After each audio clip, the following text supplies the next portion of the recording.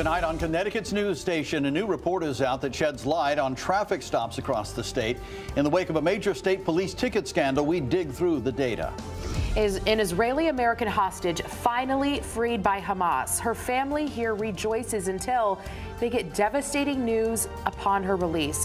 Her Connecticut cousin tells us more about the hardships she's endured. A woman who lost her mom in the Sandy Hook tragedy is facing a new battle now, all while she's still wondering if she'll ever see a dime of the money awarded to her in the Alex Jones trial.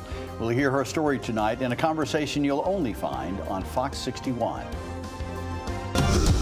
Now at 10, this is Fox 61, Connecticut's news station.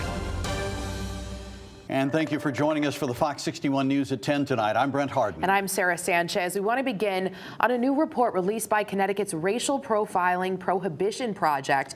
It has traffic stop data as well as findings from this past year. In the wake of a previous separate state police ticket controversy, we dug into this new report to see what was uncovered and what it means for drivers in Connecticut.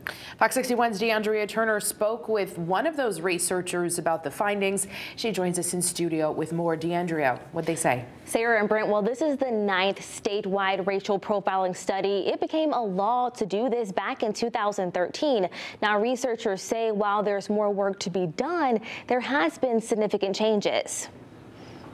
It is the first year in almost a decade where we did not identify any statewide disparities in the rate at which drivers are being stopped. The Racial Profiling Prohibition Project analysis has been taking place for a decade now.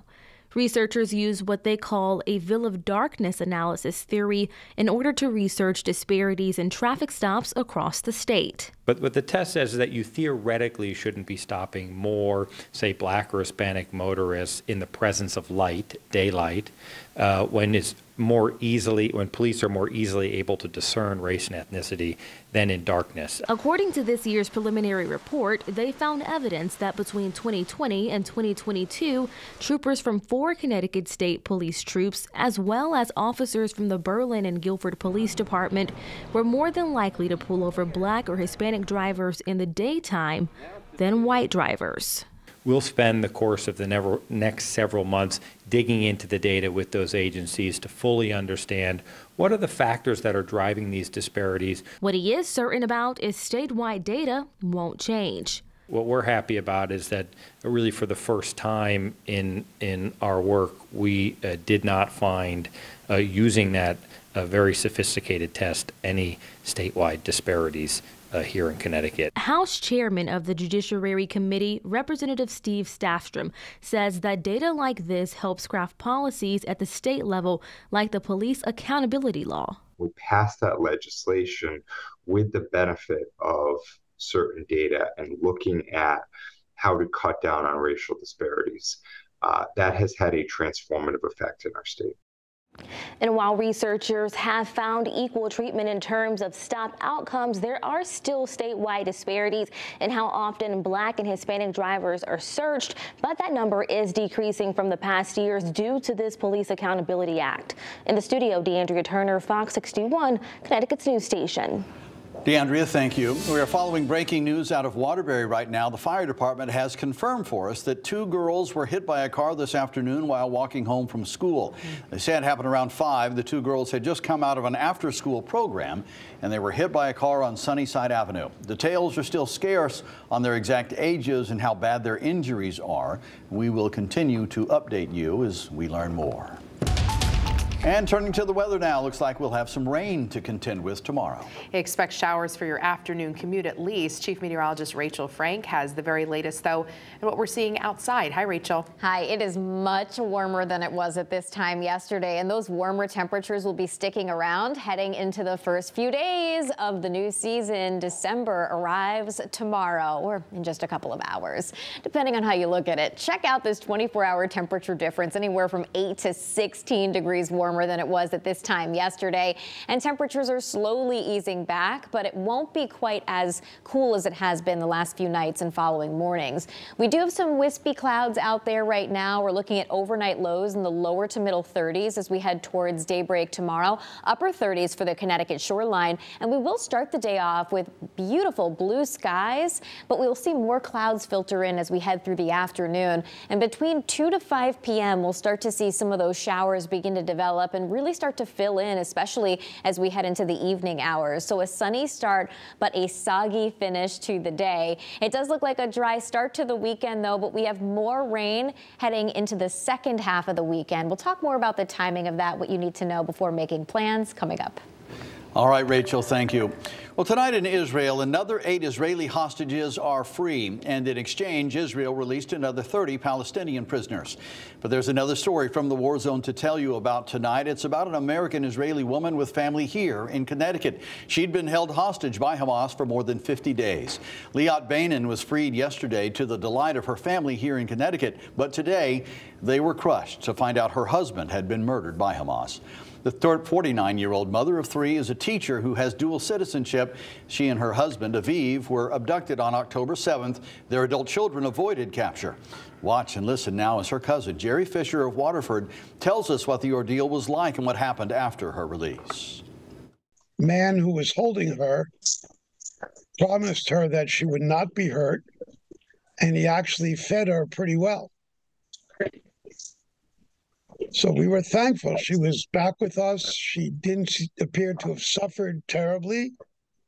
And we were pretty joyful, and we were all posting, our next struggle is to get Aviv out. We've got to get Aviv out. We've got to get Aviv out. And then the army officers came to Liat in the hospital and first told her, with Aviv's mother and with her 3 children around her, that Aviv had died, had been killed. And Aviv's remains were identified by DNA. Bainan is only the 2nd American released by Hamas so far. Jewish Voice for Peace held an interfaith vigil on the New Haven Green tonight. This was in support of Palestinian Christians in Bethlehem and Gaza. A Christmas tree will not be lit this year in Manger Square in front of the Church of the Nativity in Bethlehem, and all Christmas celebrations in the West Bank have been canceled. Representatives for Jewish Voice for Peace addressed the changes. We recognize that the lights are off in Bethlehem right now, and during this Christmas celebration, we want to recognize that that is what's happening in the Holy Land. We're recognizing that this isn't the time to be celebrating in the world. Times are not normal, so we can't just go about our everyday lives like things are normal.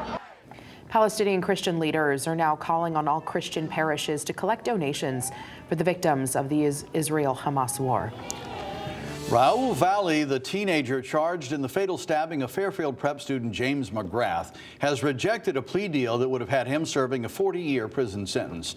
Valley's attorney, Norm Pattis, confirmed this to Fox 61, writing, quote, 40 years for defending himself, that's ridiculous, we're going to trial, unquote. The stabbing occurred at a Shelton House party back in May of 2022. Police say a fight broke out that allegedly ended with Valley stabbing McGrath.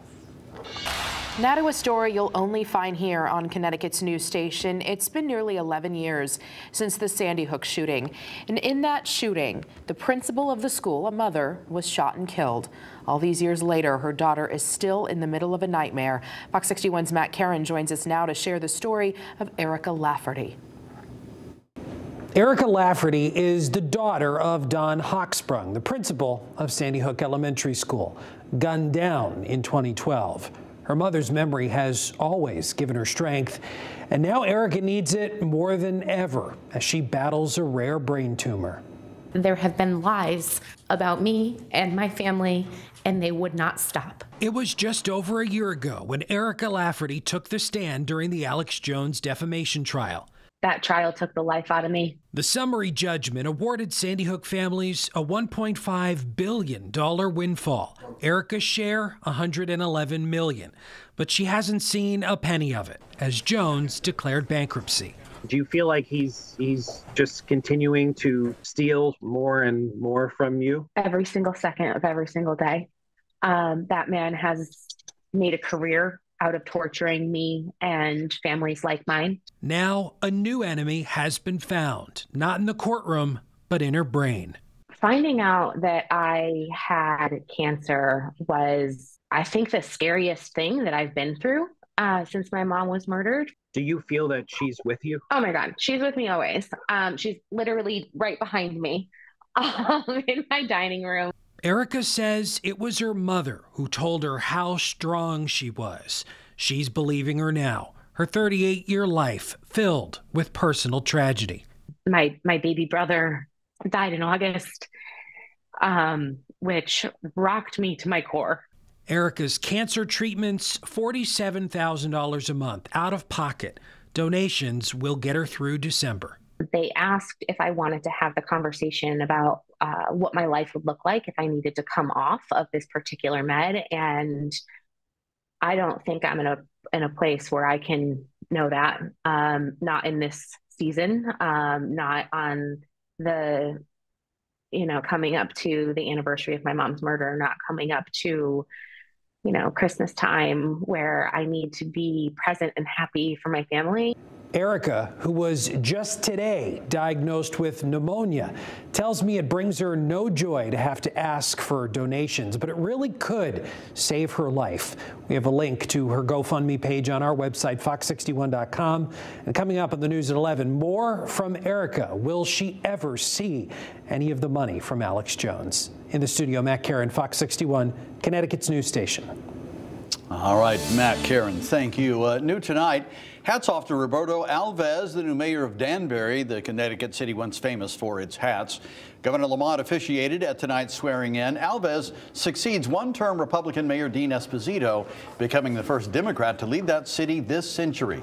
The 40-year-old immigrant from Portugal was also endorsed by the Working Families Party. Alves and his wife Robin were Danbury High School sweethearts, and they have 2 children in elementary school now.